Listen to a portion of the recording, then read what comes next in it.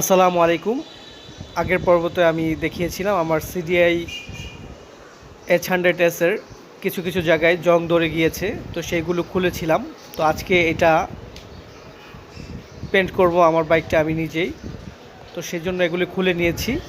তো আজকে স্টিল আস্তর করব। তো স্টিল আস্তর করার কি প্রয়োজন, কেন করতে হয়, না করলে কি সমস্যা হয়, পেন্ট কি টিকবে না টিকবে না, এই নিয়ে আজকের ভিডিওটা থাকছে। আর স্টিল আস্তর দেখিয়ে দিই, এই হচ্ছে স্টিল আস্তরের সাথে একটা গামের মতো আছে, সেটা মিশাতে হয়, এবং এইটা হচ্ছে স্টিল আস্তর। তো এই আস্তরটা আপনারা যে কোনো দোকানে পেয়ে যাবেন, যে দোকানে কার পেন্ট বিক্রি করে, সেই জায়গায় আমি কার পেন্টের দোকান থেকে কিনেছি। এই যে দেখতে পাচ্ছেন, আমি এখন স্টিল আস্তরটা নিয়ে নিচ্ছি প্রথমে, এবং প্রথমে যে কোনো রং বা যে কোনো জিনিস মিক্স করে তারপরে সেটা ডালতে হয়। তো সেই কাজটাই আমি করছি।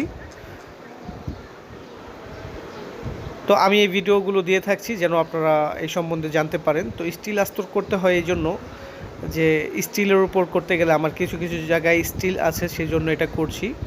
তো এটা করলে স্টিলে খুব সুন্দরভাবে লেগে থাকবে, এবং রঙটা উপরে যে রং করব তখন রঙটা দীর্ঘস্থায়ী হবে। তা না হলে শুধু পেন্ট করে দিলে পেন্টটা কিন্তু টিকবে না। এই যে দেখতে পাচ্ছেন, প্রথমে স্টিল আস্তর নিলাম, তারপর যে একটা আঠার কালারের মতো দিয়েছে সেটা মিক্স করে নিচ্ছি, তারপর থিনার দিচ্ছি। এই তিনটা খুব সুন্দরভাবে মিক্স করতে হবে। মিক্স করে তারপর গানে নিব, গানে নিয়ে তারপর স্প্রে করে দিলেই সুন্দরভাবে স্টিল আস্তরটা লেগে যাবে। তো এই স্টিল আস্তর যদি স্কিপ করা হয় স্টিলে, তাহলে দেখা যায় রঙটা বেশি দিন থাকবে না বা বেশি দিন টেকসই হবে না। তো আপনারা যদি আমার ভিডিওগুলো দেখেন, অবশ্যই এই স্টেপগুলো জানতে পারবেন। এই স্টেপগুলো জানলে আপনারা যে কোনো জায়গা থেকেই এই কাজগুলো করালেও আপনাদের তখন জানা থাকবে যে কি কি কাজগুলো করতে হয়, কি কাজটা সে করছে এবং কি কাজটা সে না করছে।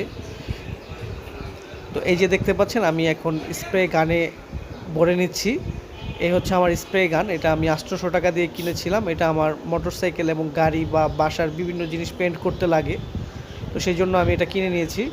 আর এই নিচে দেখতে পাচ্ছেন একটা মিটার, এটা আমি দারাজ থেকে নিয়েছি, এটা বাইরে থেকে এনে দিয়েছে তারা।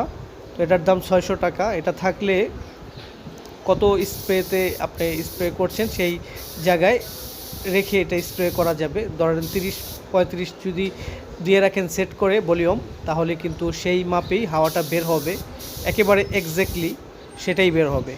এমনিতে ম্যানুয়ালি করা যায়, কিন্তু ম্যানুয়ালি তো আপনি জানতে পারছেন না যে কত স্পিডে হাওয়াটা বের হলো।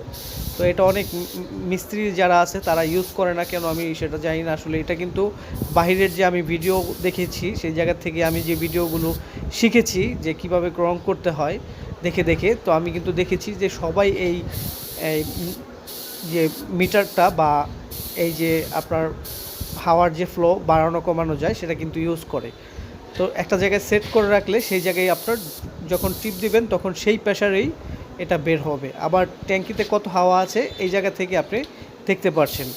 তো এই যে দেখতে পাচ্ছেন, আমি ব্যাক চেসিসটা এখন রং করছি, বা যেটাই বলেন আস্তর করছি। প্রথমে এই আস্তরটা করে নিতে হয়, তারপর রং করতে হয় আর কি। তো এই যে এইভাবে আমি খুব সুন্দরভাবে লাগিয়ে দিলাম। রং করা খুব ইজি, কিন্তু প্রথম স্টেপগুলো একটু কঠিন। এই যে দেখতে পাচ্ছেন, আমি স্টিল আস্তরটা মেরে রেখেছি। আর স্টিল আস্তর মেরে এইভাবে একদিনের মতো রেখে দিতে হবে, 24 ঘন্টা। এটা তারা বলেই দেয় যারা রং বিক্রি করে। তো যারা এইভাবে সময় দিয়ে এটা রাখবে না, তাহলে এটার কার্যকারিতাটা পাওয়া যাবে না, রংটা উঠে যাবে বা বিভিন্ন সমস্যা হবে। তো আশা করি আপনারা স্টিল আস্তর সম্বন্ধে জানতে পারলেন। পরের ভিডিওতে রং করা